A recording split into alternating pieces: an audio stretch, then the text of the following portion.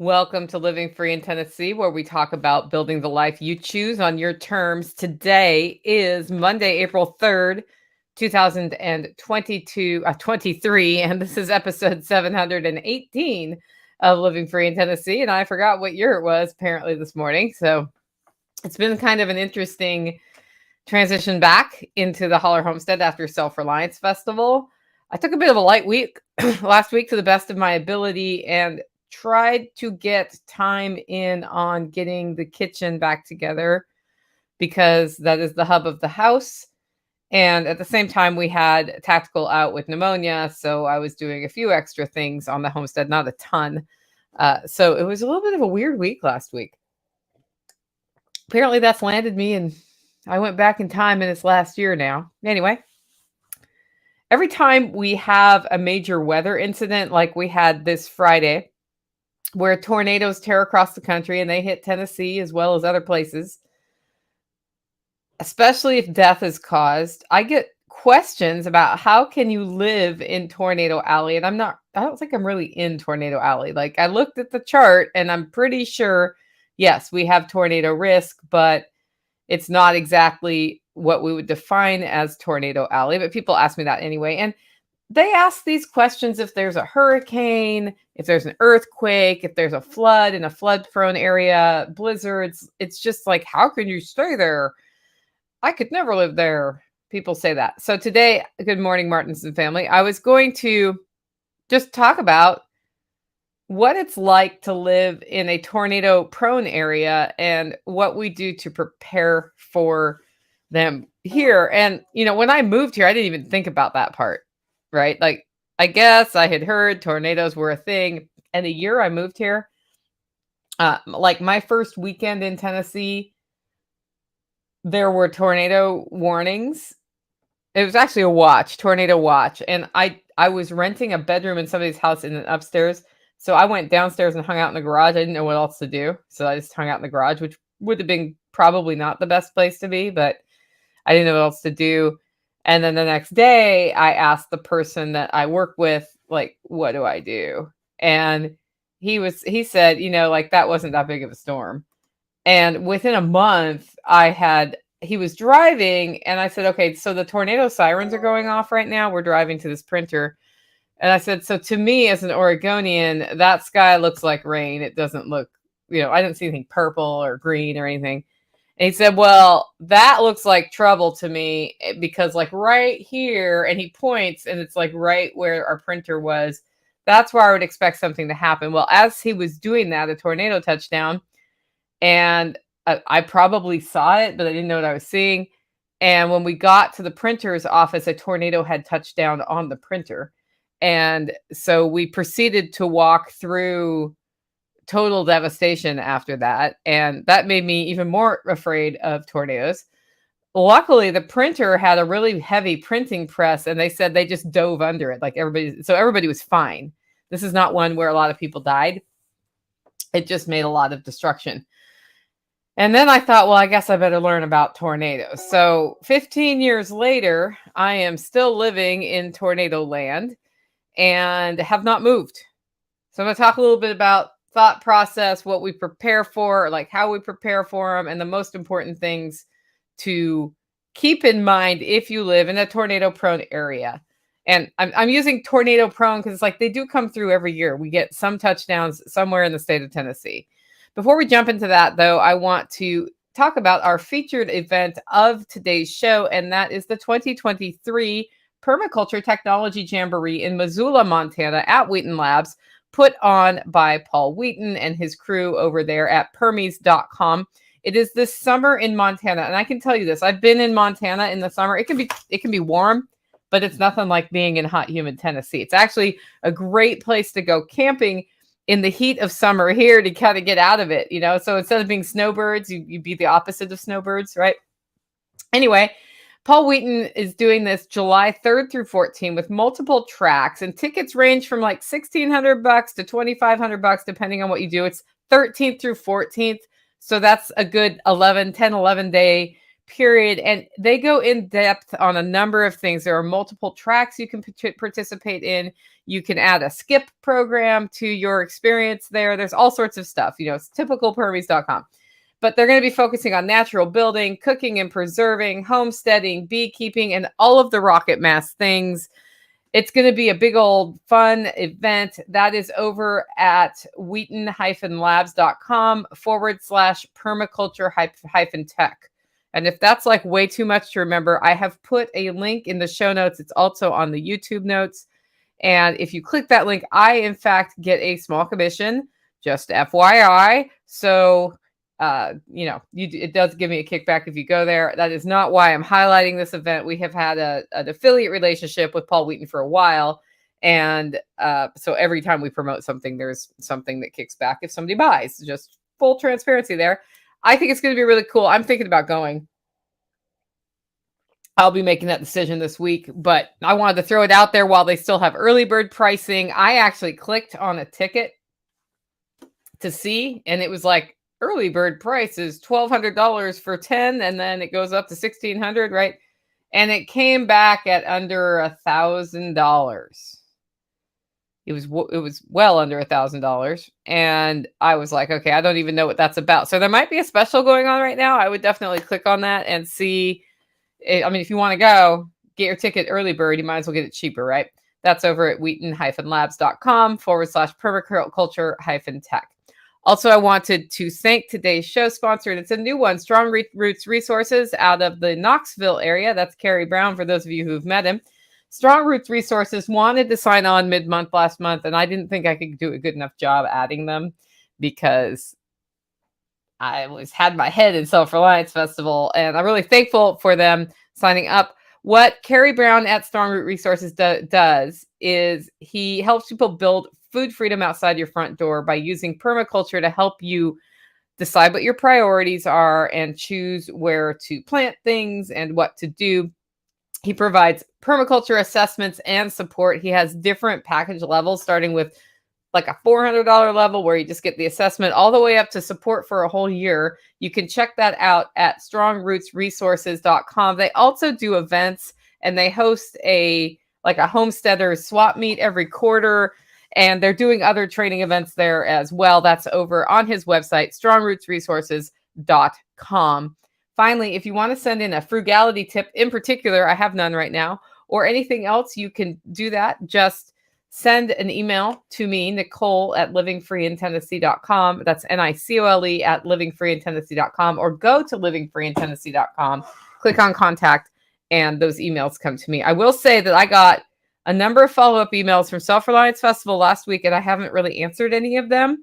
I will be doing some concentrated email time this week. I was afraid if I started answering those emails, I wouldn't do other production things that needed to happen this week.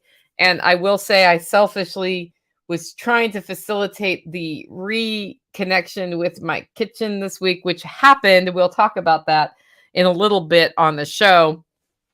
Before we go into our first segment, I also want to tell you the live stream schedule today. Tomorrow, 9:30, Jack Spirko and John Willis for our Tuesday coffee shop. So it's the first Tuesday talk. So that's 9:30 in the morning instead of 12:30. Wednesday at 9:30, I am going to be live with Reed Richard for an interview show. And Friday at 9:30, I will be doing the homestead happenings and Q&A. I will invite the Holler neighbors on for Q&A. There should be some fun debrief discussions about the Holler Roost. And I think you all will want to hear that. I wanted to do it this Friday, but again, I was cutting short because I wanted to get my kitchen back. Next segment is Tales from the Prepper Pantry, where we talk about storing what you eat and eating what you store. And my prepper pantry looks like this happened to it, like metaphorically speaking. So I don't know if you've ever watched toddlers go into a kitchen before when they're really curious about stuff and open a drawer of pots and pans or Tupperware and start throwing it over their shoulders, right? This is a thing. This is like if you have a toddler, don't put the breakables down. Like Tupperware is great in the bottom drawer in your kitchen because you know it's going to get tossed out at some point. That's what my prepper pantry looks like right now. It looks like a toddler went in there and just started throwing things over their shoulder. Not quite, like glass things were not thrown, But as a result of all of the fixing and repairing we've been doing here, we needed to get access to things that were behind things, and those things were moved quickly and out of the way. And I call them haystacks. There's just haystacks of stuff everywhere in every room in my house, pretty much, and outside. So we have been starting to put that back together, but it's a little overwhelming to watch. At the same time, it's a really good time for me to do a deep pantry audit. And I started with the kitchen, which is, had some food in it, but I don't keep most of my food in the kitchen. It's more like the stuff I'm going to use immediately. And my dietary choices have changed a lot in the last 3 years. And I've been doing wave after wave of, hey, I'm never going to eat this or serve it. So either give it away or get rid of it. And now we're going to do that. I didn't quite give up condiments as part of my keto change or my all natural food change. And I still do use some condiments, but like at the moment, if I look in my fridge, there's 4 or 5 bottles of things that are in there because we serve them at events. And the only reason I'm keeping them right now is they're still like barely opened, and they have been in the fridge the whole time. And we got a spring workshop in about 3.5 weeks. So they'll come back out for that. And then they're going away. They are going in the garbage, or they're going to get composted, or both, because I just don't use them. And they take up room in my fridge. And then I can't put stuff away in my fridge that I actually do eat. That's kind of going on with my pantry a little bit. Like I keep a rotation going, but there's this one area of things I serve at events that I keep on hand that I also use a little bit now and then throughout the year that I no longer use. So that whole area is reducing down. I'm just taking this as a time to do a deep audit. And then also because things are gutted, well, they're kind of put back together, but they're gutted. I am reassessing how I'm making my storage and shelves for that, just because it's all a reset anyway. Like yesterday, Tracy Eversole was here with my mom, and we're looking at my living room furniture, and she's like, have you ever thought of putting this there? And I was like, now is the time to put anything anywhere and see how it looks. So we tried 3 or 4 different configurations in my living room for how things would go, and ended up with a slight difference to how it was before we started all of the kitchen destruction. And it was it's like, total reset right now. So that's what's going on.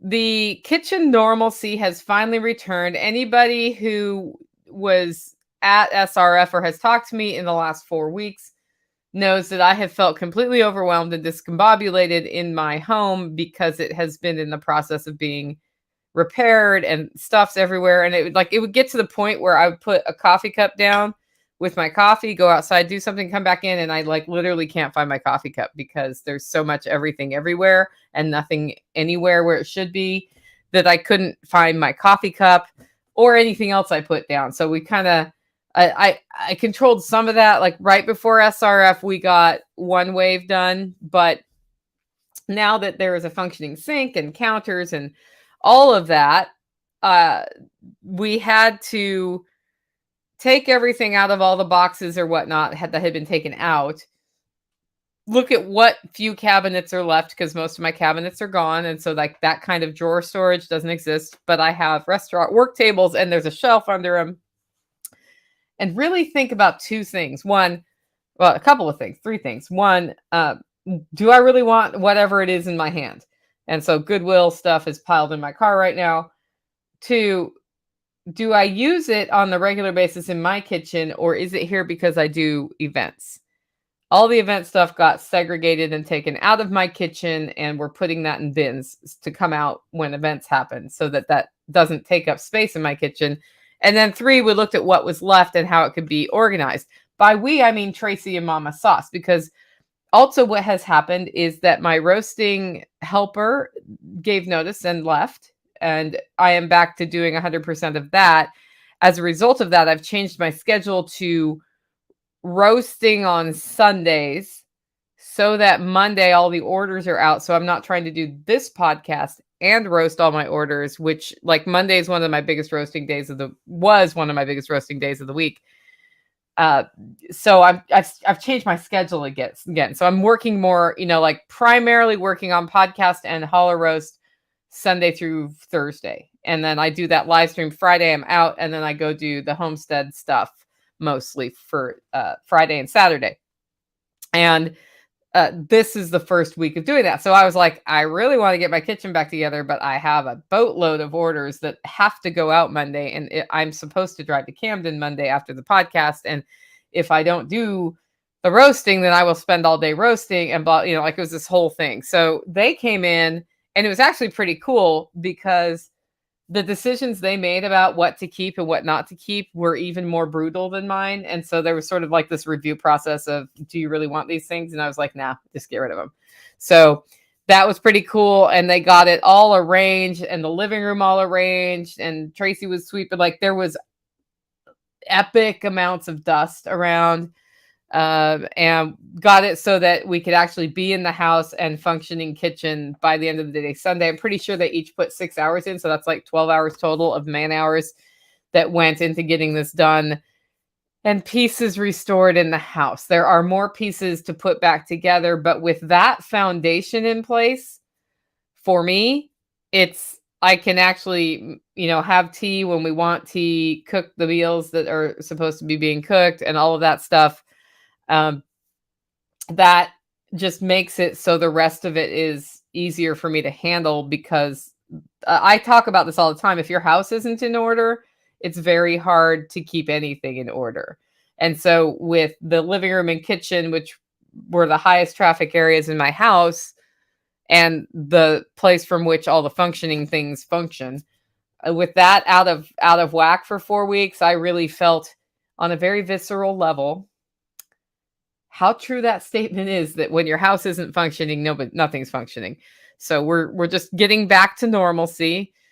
Really thankful for Tracy and Mama Sauce, plus Matt, Nighthawk, and Tactical all did things with the electrical this weekend that were pretty important as well. So there were a lot of people through here helping to get this back, and I'm like, I might be a sane person sometime in the next 2 weeks as a result of this, which is good. Anyway, that's what's up in the prepper pantry. I haven't been adding a lot to it. We have been using from it, and smoked a wonderful big piece of pork this weekend from our pigs, and that's all gone. We had some people traveling through who we were able to feed with that. Plus, the first meal that was cooked in my kitchen was leftover that made into taco meat and other like random weird side dishes like potato salad and tacos. Why not? It's one of those typical what we have sort of deals. Next up is the weekly shopping report from Joe. And this one is from 3/27, which was last week.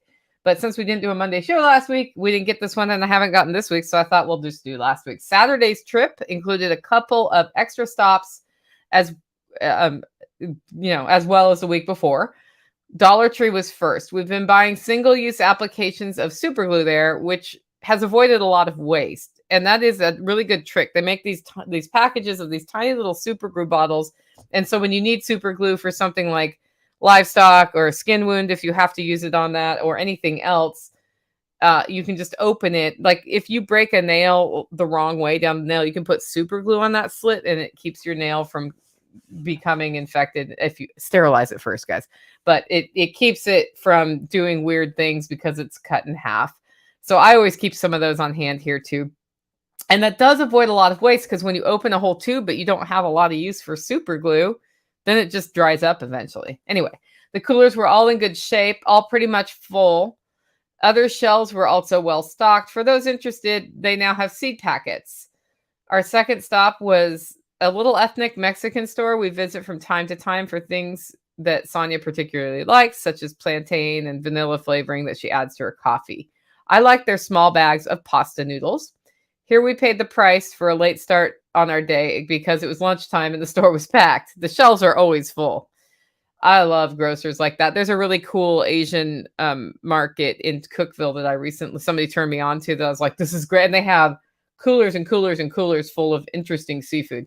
So I'm going to go check that out again next time we do seafood. The next was Hobby Lobby. They were busy. Sonia only wanted a couple of mixed media pads, so it was quick in and out. I didn't see any empty areas. Home Depot was next. 2x4x8s remain at $335. They looked busy, If I had to guess, people are ramping up their gardening. Yes, sir, they are. Aldi was last. We found heavy cream this week. Definitely noticed higher prices. Groceries are up again at Aldi. The meal replacement shakes I get were $2 higher. I stopped in Food City. There's very little choice in larger bags of dry cat food. I saw mostly generic that I wouldn't feed a dog. There are lots of recipes online for mug cakes, but we like the simplest, which is a combined 1 box of angel food cake plus any other kind, no oil needed. They had very few angel food cake, but today they had multiple boxes. Untainted regular, that means ethanol free, was $3.99 a gallon. And that's the shopping report.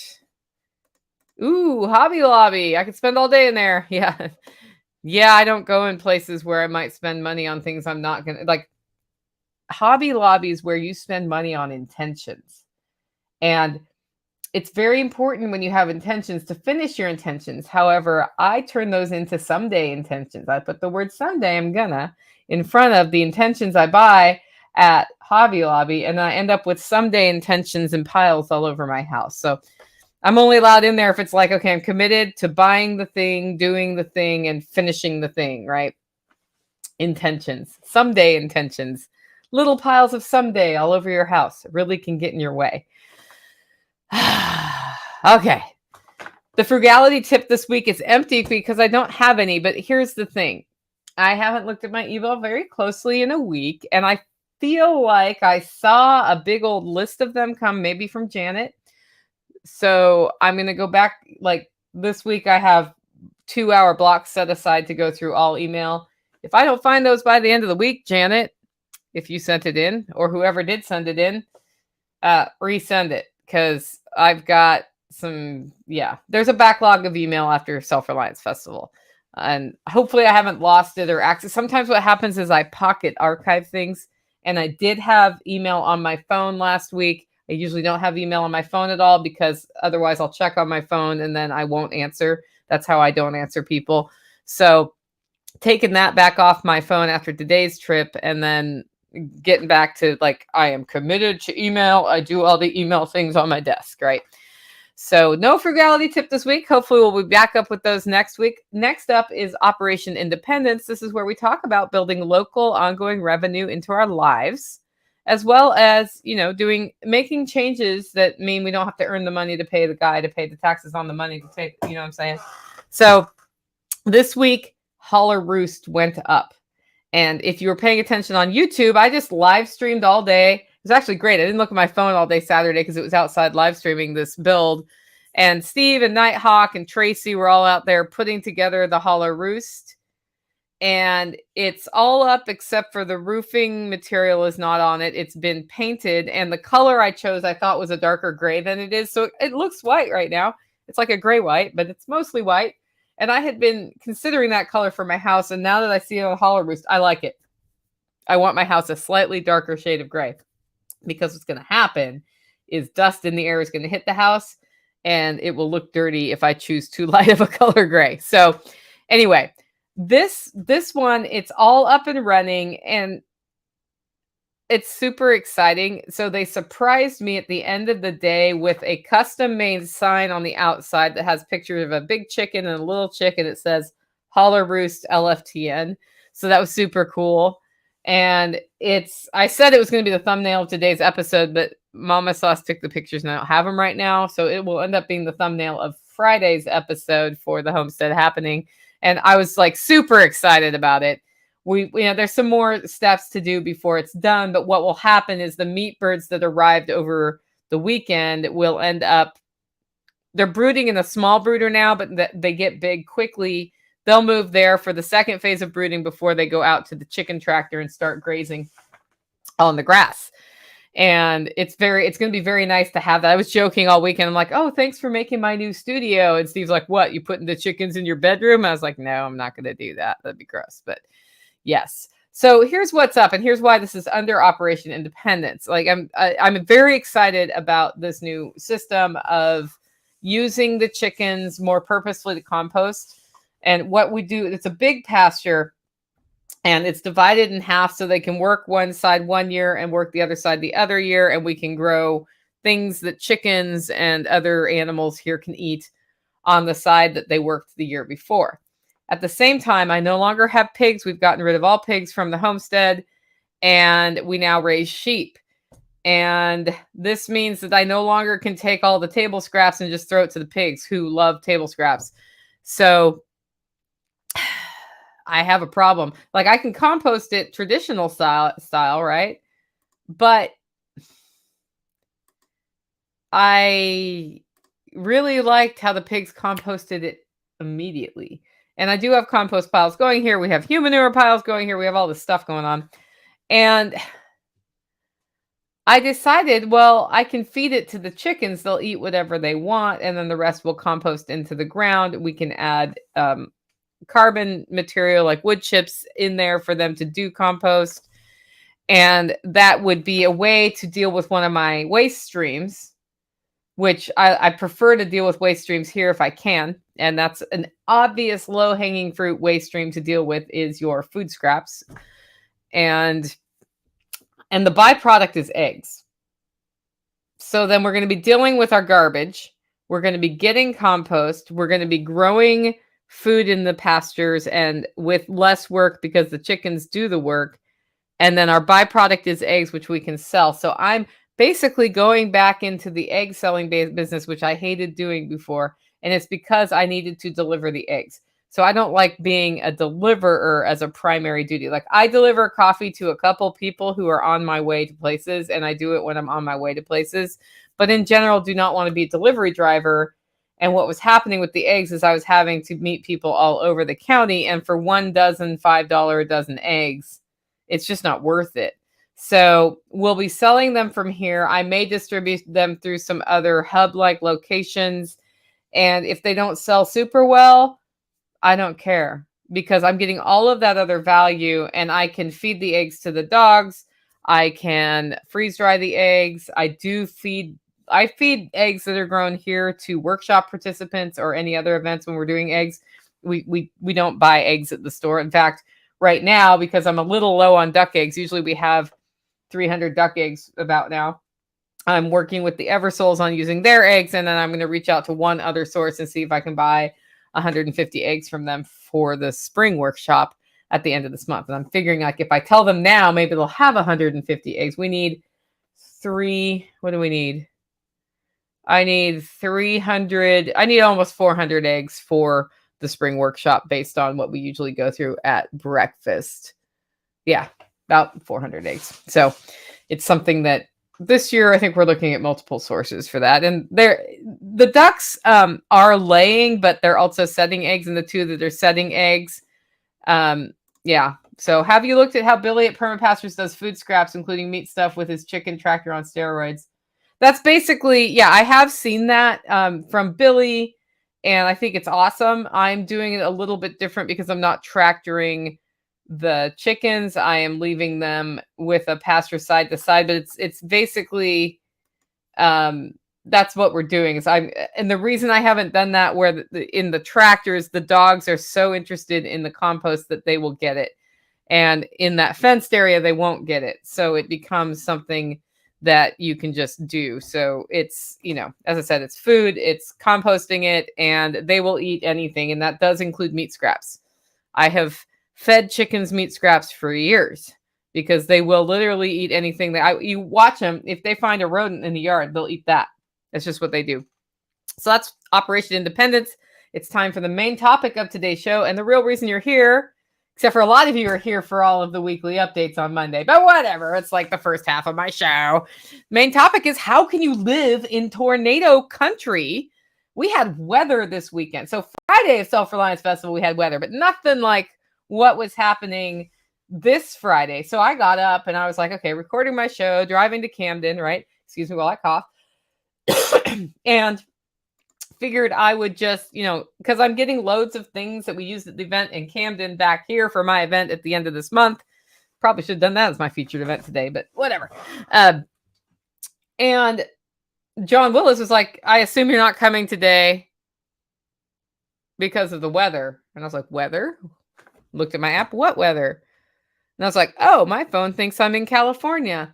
And then when I let my phone know that I was in Tennessee, it told me that there was this event happening that was a high level of danger risk for tornadoes. And it was starting in the afternoon. And I didn't want to be in a car in that. So um, I was like, okay, yeah, you're right. I'm not coming till Monday. And then, on the other hand, we also had chicks arrive that day. So it kind of worked out for me in the way that, also I could pay more attention to the chicks and we could really get ready to be in a windy situation and have the sheep worked out the way they needed to be and all of that. So what living in tornado land is like is situational awareness is important, right? And getting information. And the fastest way I ever get information about these things is people just reach out to me and ask me. They're like, oh, hey, did you see the weather? Like if my friends in Tennessee are starting to ask, what am I doing about the weather? Then I look more carefully at the weather. I do look at it a couple of times a week, but I don't listen to the weather channel. I don't play the news, like all of that. So I don't get like up to the minute fear mongering on it. And so having a message like that from John Willis, who's not usually terribly worried about weather, I was like, okay, rule number 1, responsibility. So I have an app on my phone. It's called Code Red Weather Alert. Fox 17 News made this app. That has been the best weather app I have had for assessing what's actually going on in my area. And it's better than weather.com. It's better than the built-in one on the iPhone. It just works. Other people have apps they really like. That's the one I like. It always has a good radar map. And the second resource I have that's super important for me and is highly local is Spiky Mikey. Now, Spiky Mikey is in our DeKalb County group here in Tennessee. And he's not a professional like weatherman. He just is really into weather. And he assesses what's going to happen pretty well.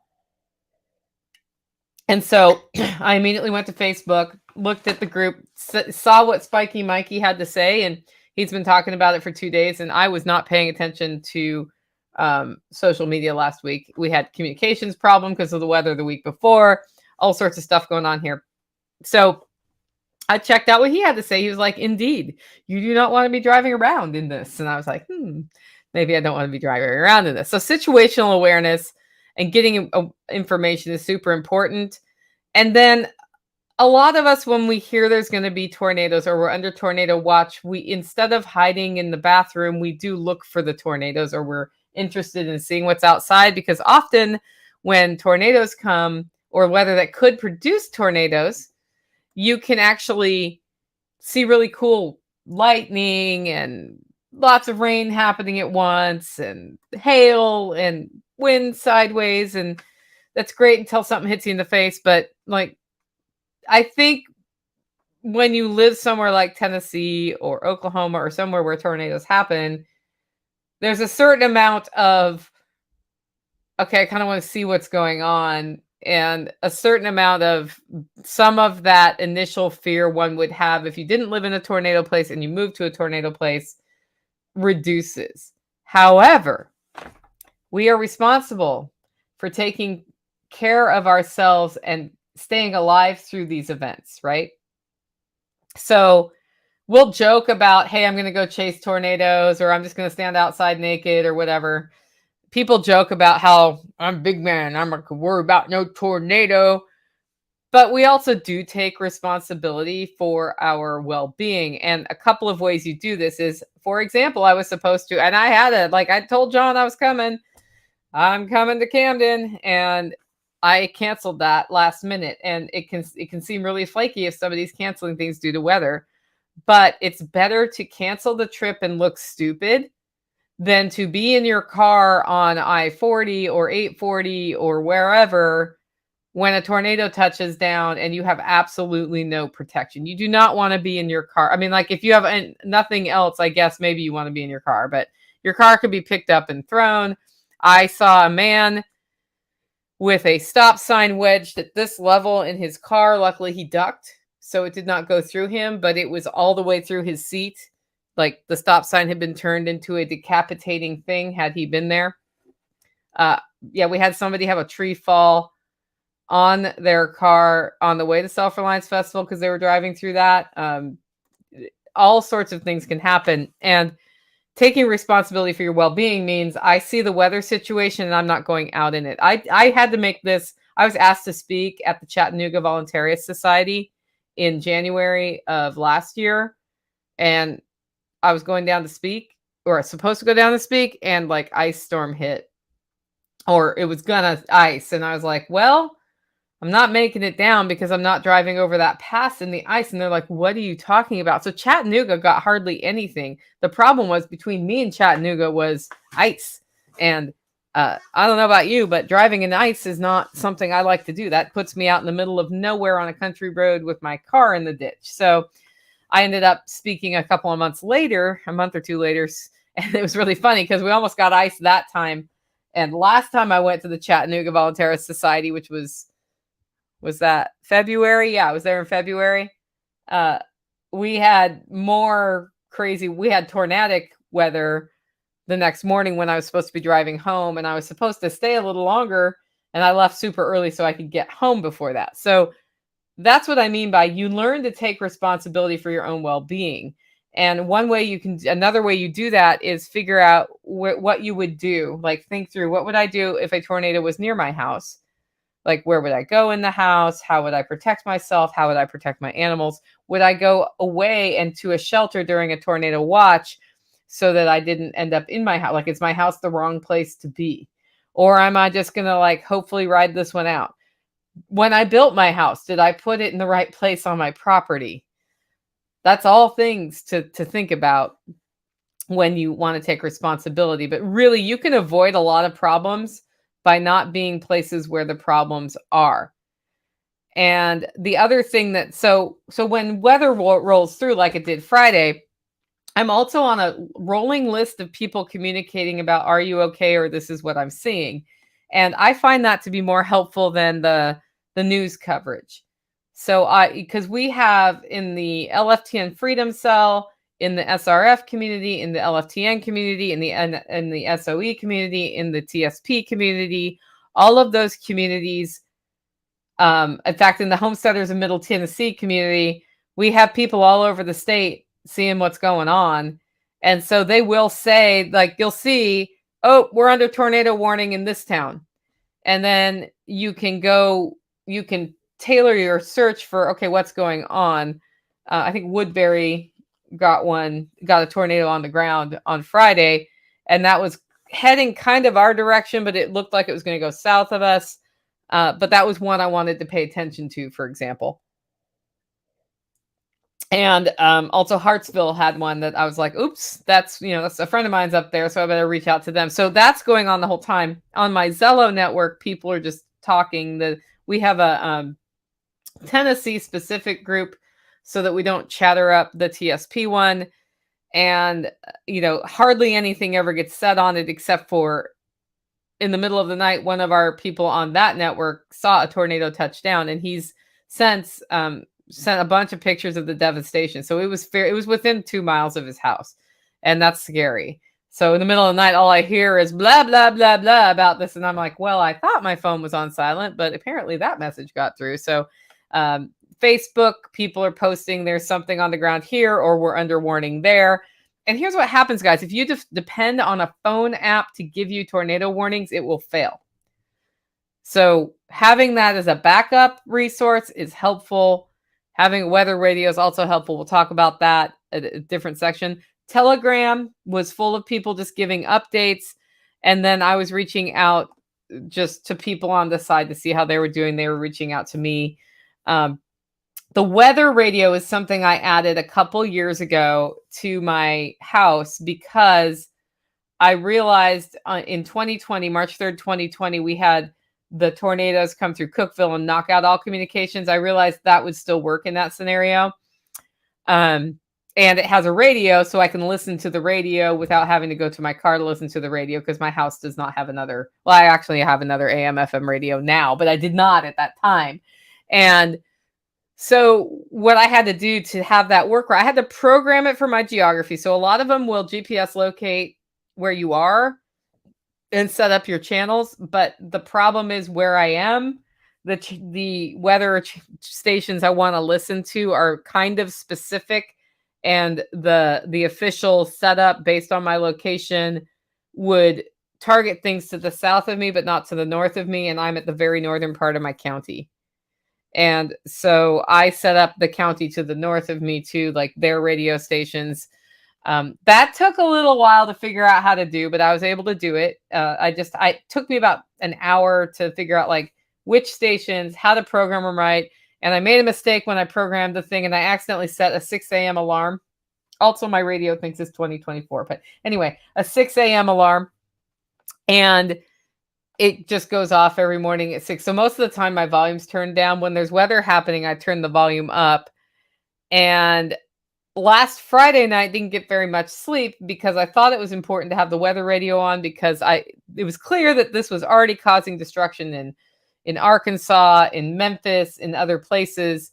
And I wanted to know if something was bearing down on me, so maybe I could walk away from that big picture window where it's in my bedroom. So my house is built to the side of the hill, so I have some good places to go in my house, but my bedroom ain't one of those places. So I had it on, and the stupid thing just kept going off. And here's the thing about a weather radio. It will give you loud warnings through a situation like that all night long, most of which don't really pertain to you. They're close enough that it's going to go off to make sure. But I would say we had 5 or 6 during the night, and I have it only on warnings. It won't go off for a watch usually. Like I have it set to not tell me about, flood risk, for example. Because where I live, it's not like a flood's going to be bearing down on me. And before I leave the house, I look to see if there's a flooding problem if we've had a lot of rain. So I don't need to be squawked out about flooding, but tornadoes, I want to know. And thunderstorms, like strong thunderstorms, I want to know. And so that thing just kept going off, and it was nothing that was pertaining to me until about 2 a.m. And I didn't sleep because every time I was falling asleep, it was like, do, do, do, do, do. And I was like, okay, listen. Nope, that's too far south. Do, do, do, do, do. Listen. Nope, that's to the west. Do, do, do, do, do. Listen. Nope, that's to the north. And I had finally fallen asleep. I had been asleep probably for 15, 20 minutes, and I barely heard it through my sleep. Really quiet. And then I slowly got up. And it was already talking in my living room, because it's in my living room. I have to get up out of my bedroom and go listen to it. And I walk out, Mama Sauce is up. Now, usually Mama Sauce sleeps through this, and her bedroom's actually one of the good places to be if there is a tornado. She's out there trying to listen to what's going on. She looked really tired. And I sat down, and it was just coming to the end of what the problem was. And then it started again. And so I listened to it, and then I looked at her, and I was like, well, is it time for coffee yet? But we sat there for a bit, and then the dangerous spike passed, and then we went to bed. And needless to say, I was a little sleepy on Saturday, but it's kind of like when I went to take tactical to the emergency room before SRF. It was like, well, I got shit to do, so I don't care if I'm tired, and got up and did stuff the next day. By the end of the day on Saturday, I was like, I'm going to bed early tonight. So that's what it's like going through it, right? You're aware, you lose some sleep and you have a plan for where to go. And the weather radio, as annoying as it is, it's actually something I'm really glad I put into my house and figured out how to get it set up, because it tells me things like the warnings had stopped coming through on my phone halfway through the night unless I closed the app and reopened the app. So by the time I was getting warnings from my phone, I'd already had it for 20 minutes from the radio. And, there are lots of ones available. They're not that expensive. It was probably $50 that I spent on that in 2020. And it's probably $75 now because of inflation. But it's definitely worth the investment if you're going to be in tornado land. So now let's talk about, what do you do to prepare for a tornado?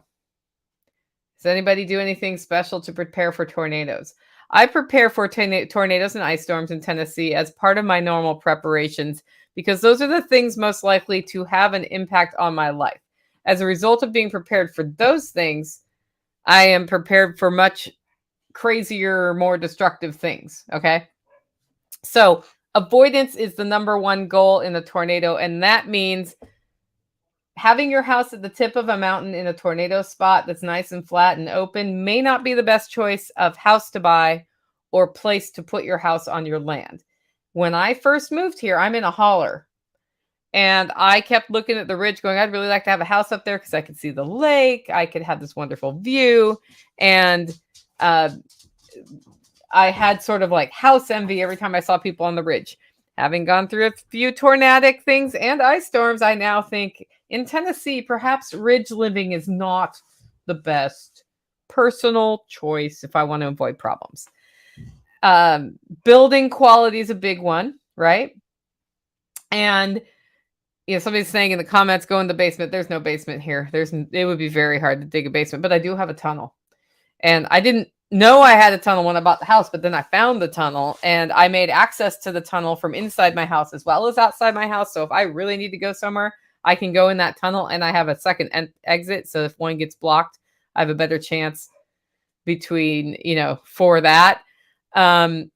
But building quality is a big deal, and thinking about what kind of thing you want to build and how it's going to weather the storms is a good idea. I know somebody who's really in Tornado Alley who built a cement dome home, and it's probably that it's not really cement. It's like not hempcrete, aircrete, I think it is. And part of why I did that is when tornadoes hit those, they have a tendency to just kind of go over them and not rip them up. So he thought about his situation and designed to his situation. Driving in it's a bad idea, right? Leaving an area. So this is the other thing. If you know some stuff is coming your way because it was touching down in a mile wide in Arkansas and it's literally about to plow through your location and it's safe to leave that location and go somewhere else, just like a hurricane. If you have that much warning, I give you permission to go buy a hotel room that night somewhere else and leave. Did you need that permission? Probably not. But sometimes getting away from it is a good choice.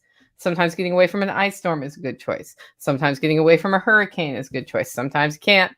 But if there's a way to get away safely and not be in the path of something, then get away from it.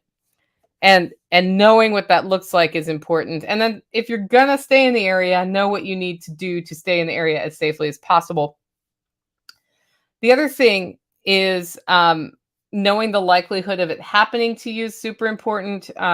There has been one tornado in the holler ever that has been documented, and it was down the holler, and there's a flat open area. Tornadoes tend to not like to go down. It doesn't mean they can't. They tend to not go into the ravines. They tend to jump peak to peak. So for me, my location helps me in that situation. So what happens when a bad set of tornadoes come through? That's the next thing you prepare for. What is most likely to happen? Well, usually it knocks out power. What happens is it rips out lines and gas lines. And then the utility companies who are servicing that area shut it all down so nobody gets shocked or explodes.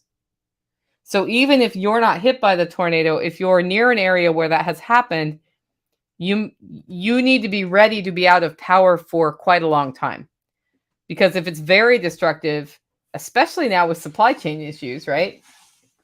If the transformers were screwed up and they can't use them, then it may not be back for a day, 2 days, a week, 2 weeks, 3 weeks.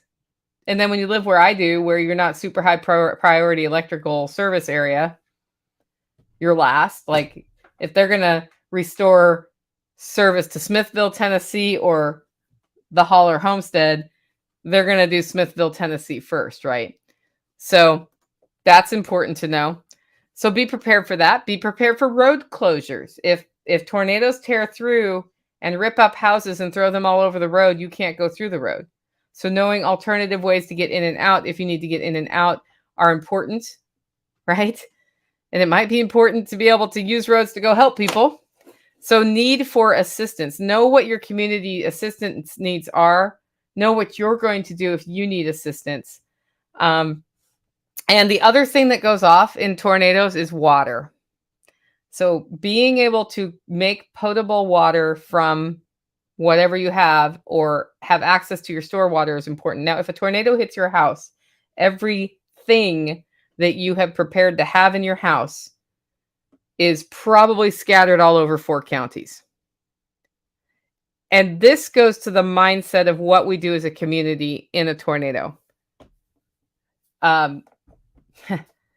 Be ready to help other people who need potable water, who need access to clothing. Somebody's talking about shoes. You want good shoes in a tornado because after a tornado, because you're walking on debris. Like the one with that first tornado I was in, I just happened to be wearing boots that day, like really nice boots. Was really glad I had those and wasn't in flip-flops, because wandering through debris in flip-flops is just going to be a bad situation. Have chainsaws, somebody says. The thing about tornadoes is they twist trees. And so have some experience. If you're going to use a chainsaw on a twisted tree, you could kill yourself. Have some experience on what to do in that situation or how to assess what you should touch with a chainsaw versus not. Because a tree that's just knocked over, no problem. A tree that's twisted up, when you release it, it will untwist. And that could kill you. So know that. So water system fails. And then communications get knocked out. And this is where our ham friends are right. If you can get your ham system up and get a message out when all other communications are gone, that's awesome. I have several different ways of communicating with people, including the old-fashioned method of driving somewhere and talking to somebody, and them driving somewhere and talking to somebody. I am light on ham, guys. I have a Baofeng here. So I don't know. If I can get a message out, I have people designated all over the country that if we can get a message to the internet and they get a message, they can tell everybody else what needs to happen, which is what we did in March 2020 when we actually were out of communications, right? That's the deal. So the most important thing if you live in tornado country, which is also important if you live in blizzard country, which is also important if you live in hurricane country, which is also important if you get ice storms, which is also important if you have wildfire risk, is be ready to take care of yourself and your community, because we get through this as a community and not by ourselves. Render aid to those nearby, provide temporary shelter, get out and help if you can. And then there's the whole emotional aspect. So when something's wiped out, like I saw a picture from a friend of his friend's house that was picked up and thrown across the river. He's like, the house was there. It's now there. And it's just a pile at that point. His friend was not dead, by the way. So he's been sharing these pictures, and that's part of the healing part. So realize when your friends are sending you pictures of destruction that they're processing something pretty traumatic, and give them some support and look at those pictures and, ask them if they need help, all those things. So the big question that we came into this podcast with was, why do we stay in a tornado prone area? First thing is the odds of me being killed by a tornado here are higher than if I lived in Portland, Oregon, but they are not zero in Portland, Oregon either. And they are not very high. Even though when tornadoes come through, they leave destruction in their path. They're usually pretty narrowly targeted and they kill people, but they don't tend to kill a lot of people relative to the population. That does not take away from any of the people who have died and the grieving that we have, or the harm that is caused. But the odds of being killed in a tornado are relatively low, and for the individual. And everywhere you live, there are risks of something. Floods, for example. We have risks of those here too, in the low areas. 2, it's beautiful in Tennessee. I love the climate here, even though it's hot and humid in the summer, even though it got below zero this winter. I love it. And it's beautiful. And I love being here. And I love the culture here. I love the people here. Just love living where I'm living. So it's going to take a little bit more than risk of tornadoes to get me personally out of here. And a lot of people who live here feel that way. And people who don't feel that way because tornadoes are too much for them have moved somewhere else and are dealing with wildfires or ice storms or whatever their area is at risk of. I think we do become numb or nonchalant about the risk of tornadoes the longer we're here. So the difference between how I feel about tornado risk now versus 15 years ago, very different. I was very afraid of them at first. And every time somebody new moves here who hasn't been in tornado country, they go through the same thing. And when they reach out and they're like, oh, what do you do? I'm like, okay, this is what I do, but you're going to be afraid. And like, find these spots, like start thinking of the things you will do, because as you start finding those steps, you become less afraid. And it's just like anything else, right? When we talk about being afraid of the economy crashing or whatever, the more reasoned you can be in your approach to it, the better off you are to handle it. And it just takes time. And really, where else would I go? Where else would I go? And what would I face there? That's how I see it. I love it here. I have chosen a location that I didn't do this strategically, but I totally would now. A location that's less tornado prone than even 5 miles away from here because of the topography. And it's still a risk. Straight line winds are a risk.